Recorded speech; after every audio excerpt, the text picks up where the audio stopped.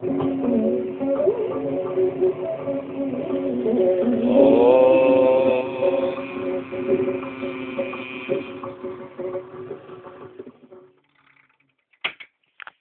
ಬಂಧುಗಳಿಗೆ ನಮಸ್ಕಾರ.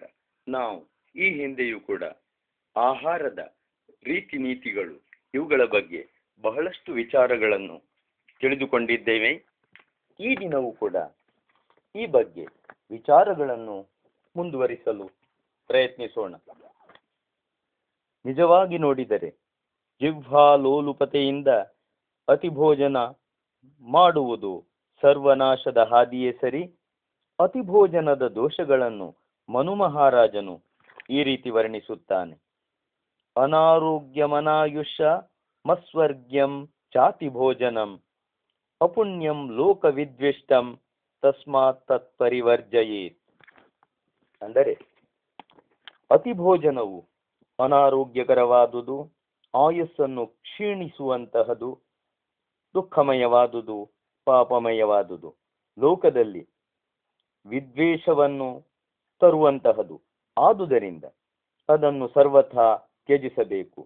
ಮನು ಮಹಾರಾಜನ ಪ್ರತಿಯೊಂದು ಮಾತು ಕೂಡ ತೂಕವಾದುದು.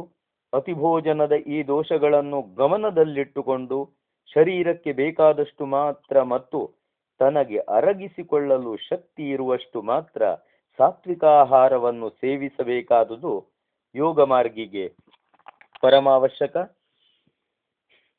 ಈಗ ಆಹಾರದ ಬಗ್ಗೆ ನಾಲ್ಕನೆಯ ಪ್ರಶ್ನೆಯಾದ ಭುಂಜಿಸುವುದಾವಾಗ ಎಂಬುದರ ಬಗ್ಗೆ ತಿಳಿಯುವ. ಭುಂಜಿಸುವುದೇಕೆ ಎಂಬ ಪ್ರಥಮ ಪ್ರಶ್ನೆಯ ಉತ್ತರ ನೆನಪಿರುವವರಿಗೆ ತಿನ್ನುವುದರ ಉದ್ದೇಶ ಶರೀರ ಪೋಷಣೆಗೆ ಎಂಬುದು ಗೊತ್ತೇ ಇರುತ್ತದೆ. ತಿನ್ನುವುದು ಜಿಹ್ವಾ ಚಾಪಲ್ಯಕ್ಕಲ್ಲ ಎಂಬುದು ಕೂಡ ತಿಳಿದಿದ್ದೇವೆ.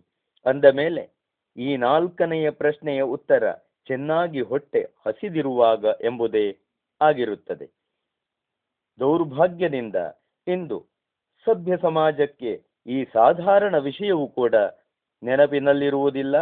ಹೊತ್ತು ಗೊತ್ತುಗಳಿಲ್ಲದೆ ಯಾವಾಗ ಎಲ್ಲಿ ಏನು ಸಿಕ್ಕಿದರೂ ಎನ್ನದೆ ಉದರಕ್ಕೆ ತುಂಬಿಸುತ್ತಾ ಹೋಗುವುದೇ ಇಂದಿನ ಸಾಮಾನ್ಯ ಸ್ಥಿತಿಯಾಗಿದೆ. ಮತ್ತು ಊಟದ ಹೊತ್ತಾಯಿತು, ಊಟ ಮಾಡಬೇಕು ಎಂಬ ಅಭ್ಯಾಸ ಬಲದಿಂದ ಊಟ ಮಾಡುವವರ ಸಂಖ್ಯೆಯೂ ಕಡಿಮೆ ಇಲ್ಲ. ಆದರೆ ಈ ರೀತಿ ತಿನ್ನುತ್ತಾ ಹೋಗುವುದು ಶರೀರ ವಿಕಾಸದ ಮಾರ್ಗವಲ್ಲ, ಶರೀರ ಹ್ರಾಸದ ಮಾರ್ಗ. ತನಗೆ ಆಹಾರದ ಅವಶ್ಯಕತೆ ಬಿದ್ದಾಗ ಶರೀರ ತಾನೇ ಆಹಾರವನ್ನು ಕೇಳುತ್ತದೆ. ಅಂದರೆ ಹಸಿವಿನ ಅನುಭವ ಉಂಟಾಗುತ್ತದೆ. ಆಗ ತಿಂದ ಆಹಾರವೇ ನಿಜವಾಗಿ ರಕ್ತಗತವಾಗುತ್ತದೆ. ಹಸಿವಿಲ್ಲದಾಗ ಅನಾವಶ್ಯಕವಾಗಿ, ಅವಶ್ಯಕತೆ ಇಲ್ಲದಾಗ ಜಿಹ್ವಾ ಚಾಪಲ್ಯಕ್ಕಾಗಿ ಅಥವಾ ಇತರರನ್ನು ಮೆಚ್ಚಿಸುವುದಕ್ಕಾಗಿ ಉಂಡ ಆಹಾರ ವಿಷವಾಗಿ ಪರಿಣಮಿಸುವುದು ನಿಸ್ಸಂದೇಹ. ಏಕೆಂದರೆ ಹಸಿವಿರುವುದು ಎಂಬುದು ಮೊದಲು ಉಂಡ ಆಹಾರ ಪೂರ್ಣತಃ ಜೀರ್ಣವಾಗಿದೆ ಎಂಬುದರ ಕುರುಹು. ಹಸಿವಿಲ್ಲ ಎಂದರೆ ಮೊದಲು ತಿಂದ ಆಹಾರ ಪಚನವಾಗಿಲ್ಲ ಎಂದೇ ಅರ್ಥ. ಪಚನವಾಗದ ಆಹಾರ ಕೊಳೆತು ಶರೀರದ ಧಾತುಗಳಲ್ಲಿ ವಿಕಾರವನ್ನು ಹುಟ್ಟಿಸುವುದು. ಅದರ ಮೇಲೆ ಮತ್ತೆ ಆಹಾರವನ್ನು ತುಂಬಿಸಿದರೆ ಅದರೊಂದಿಗೆ ಸೇರಿ ಈ ಆಹಾರವು ವಿಷಮಯವಾಗಿ ಪರಿಣಮಿಸುವುದು. ಆದುದರಿಂದ ಹಸಿವಿಲ್ಲದಾಗ ತಿನ್ನುವುದು ತನ್ನ ಶರೀರಕ್ಕೆ ದ್ರೋಹ ಮಾಡಿದಂತೆಯೇ ಸರಿ. ಇದು ಬರಿಯ ಆತ್ಮದ್ರೋಹ ಮಾತ್ರವಲ್ಲ, ಬೇಡದಿರುವಾಗ ಆಹಾರವನ್ನುಂಡು ಅದನ್ನು ವ್ಯರ್ಥ ಮಾಡುವುದರಿಂದ ಅದು ಸಮಾಜದ್ರೋಹವೂ ಕೂಡ ಆಗಿರುತ್ತದೆ. ನಾನಾ ರೋಗಗಳಿಗೆ ಕಾರಣವಾದ ವ್ಯರ್ಥಾಹಾರ ಸೇವನೆಯನ್ನು ದೂರದಿಂದ ಪರಿತ್ಯಜಿಸುವುದೇ ನ್ಯಾಯವಾಗಿರುತ್ತದೆ. ಹಸಿವಾದಾಗ ಮಾತ್ರ ಊಟ ಮಾಡುವ ನಿಯಮವನ್ನು ರೂಢಿಸಿಕೊಳ್ಳುವುದು ಪರಮಾವಶ್ಯಕ. ಹೀಗೆಂದ ಮಾತ್ರಕ್ಕೆ ಮಧ್ಯರಾತ್ರಿ ಹಸಿವಾದರೆ ಆಗಲೇ ಉಣ್ಣಬೇಕು ಎಂದರ್ಥವಲ್ಲ. ನಿದ್ರಿಸಲು ಹೋಗುವ ಮುನ್ನ ಹೊಟ್ಟೆ ಹಗುರವಾಗಿರಬೇಕಾದುದು ಅವಶ್ಯವಾಗಿರುವುದರಿಂದ ನಿದ್ರಿಸುವುದಕ್ಕಿಂತ ಕನಿಷ್ಠ ಪಕ್ಷ 2 ಗಂಟೆಯಾದರೂ ಮುಂಚೆಯೇ ಊಟ ಮಾಡಬೇಕು. ಭಾರವಾದ ಹೊಟ್ಟೆಯನ್ನು ಹೊತ್ತು ಮಲಗುವುದು ಅನೇಕ ರೋಗಗಳಿಗೆ ಕಾರಣವಾಗುತ್ತದೆ. ರಾತ್ರಿಯಂತೂ ಭೋಜನಕ್ಕೆ ವರ್ಜವೇ. ಹಗಲಿನಲ್ಲಿಯೂ ಸಹ ಕ್ಲುಪ್ತವಾದ ಕಾಲದಲ್ಲಿಯೇ ಊಟ ಮಾಡುವ ರೂಢಿಯನ್ನಿಟ್ಟುಕೊಳ್ಳಬೇಕು. ನಿಯಮಿತವಾದ ಜೀವನವುಳ್ಳವನಿಗೆ ಸರಿಯಾದ ಕಾಲಕ್ಕೆ ಸ್ವಾಭಾವಿಕವಾದ ಹಸಿವೆಯೂ ಕೂಡ ತೋರಿಯೇ ತೋರುತ್ತದೆ. ಈ ವಿಷಯದ ಬಗ್ಗೆ ಆಯುರ್ವೇದ ಶಾಸ್ತ್ರದ ಉಪದೇಶ ಎಷ್ಟು ಸೊಗಸಾಗಿದೆ. ಹಿತಾಶಿ ಸ್ಯಾನ್ ಮಿತಾಶಿ ಸ್ಯಾತ್ ಕಾಲಭೋಜಿ ಜಿತೇಂದ್ರಿಯ ಪಶ್ಯನ್ ರೋಗಾನ್ ಬಹೂನ್ ಕಷ್ಟ ಬುದ್ಧಿಮಾನ್ ವಿಷ ಮಾಶನಾತ್. ವಿಷಮ ಭೋಜನದಿಂದ ಉದ್ಭವಿಸುವ ಬಹುವಿಧದ ಕಷ್ಟಪ್ರದವಾದ ರೋಗಗಳನ್ನು ಕಂಡು ಬುದ್ಧಿವಂತನಾದ ಮಾನವನು ಹಿತಾಶಿ ಎಂದರೆ ಪಥ್ಯವಾದುದನ್ನು ತಿನ್ನುವವನು, ಮಿತಾಶಿ ಎಂದರೆ ಮಿತವಾಗಿ ತಿನ್ನುವವನು, ಕಾಲಭೋಜಿ ಎಂದರೆ ಗೊತ್ತಾದ ಕಾಲದಲ್ಲಿ ಮಾತ್ರ ತಿನ್ನುವವನು, ಜಿತೇಂದ್ರಿಯ ಎಂದರೆ ಇಂದ್ರಿಯಗಳನ್ನು ಪ್ರಥಮತಃ ರಸನೇಂದ್ರಿಯವನ್ನು ನಾಲಿಗೆಯನ್ನು ಗೆದ್ದವನು ಆಗಬೇಕು. ಈ ಒಂದು ಶ್ಲೋಕದಲ್ಲಿ ಆಹಾರ ನಿಯಮಗಳನ್ನೆಲ್ಲ ಹೇಳಿಯೇ ಬಿಟ್ಟಿದ್ದಾರೆ. ಆಯುರ್ವೇದ ಸಾಹಿತ್ಯದಲ್ಲಿ ಈ ವಿಷಯದ ಮಹತ್ವವನ್ನು ಸಾರುವ ಮತ್ತೊಂದು ಆಖ್ಯಾಯಿಕೆ ಇದೆ. ಕಥೆಯ ರೂಪದಲ್ಲಿ ಒಂದು ಕಲ್ಪನೆ ಮಾಡಿಕೊಂಡು ರೋಗನಾಶದ ಸರ್ವಶ್ರೇಷ್ಠ ಪ್ರಕ್ರಿಯೆಯ ಬಗ್ಗೆ ಹೀಗೆ ಹೇಳಿದ್ದಾರೆ.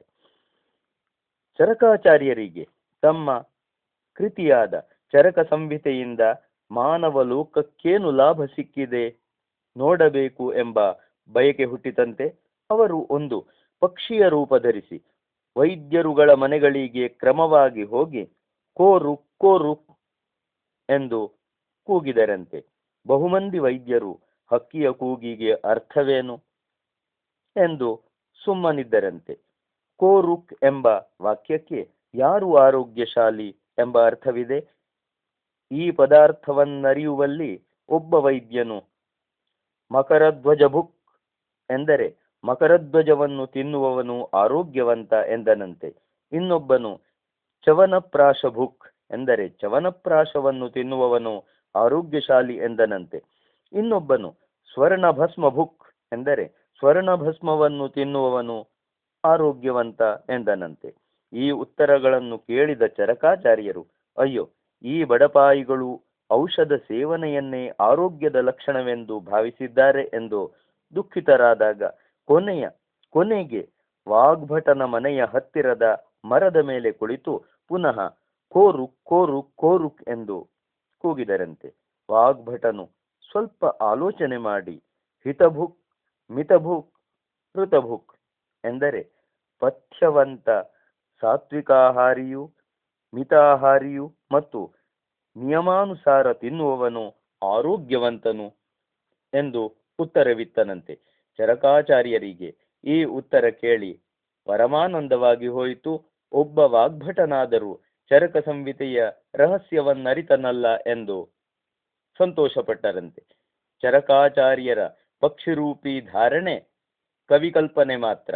ಆದರೆ ಈ ಕಲ್ಪನೆಯ ಮೂಲಕ ಆಯುರ್ವೇದದ ಉದ್ದೇಶ ಶರೀರದೊಳಕ್ಕೆ ಔಷಧಗಳನ್ನು ತುಂಬುವುದಲ್ಲ, ಆಹಾರ ವಿಷಯಕರವಾದ ಸರಿಯಾದ ನಿಯಮಗಳನ್ನು ಜನಸಾಧಾರಣರಿಗೆ ಅರಿವಾಗುವಂತೆ ಮಾಡುವುದು ಎಂಬುದನ್ನು ಸ್ಫುಟವಾಗಿ ತಿಳಿಸಿದ್ದಾರೆ.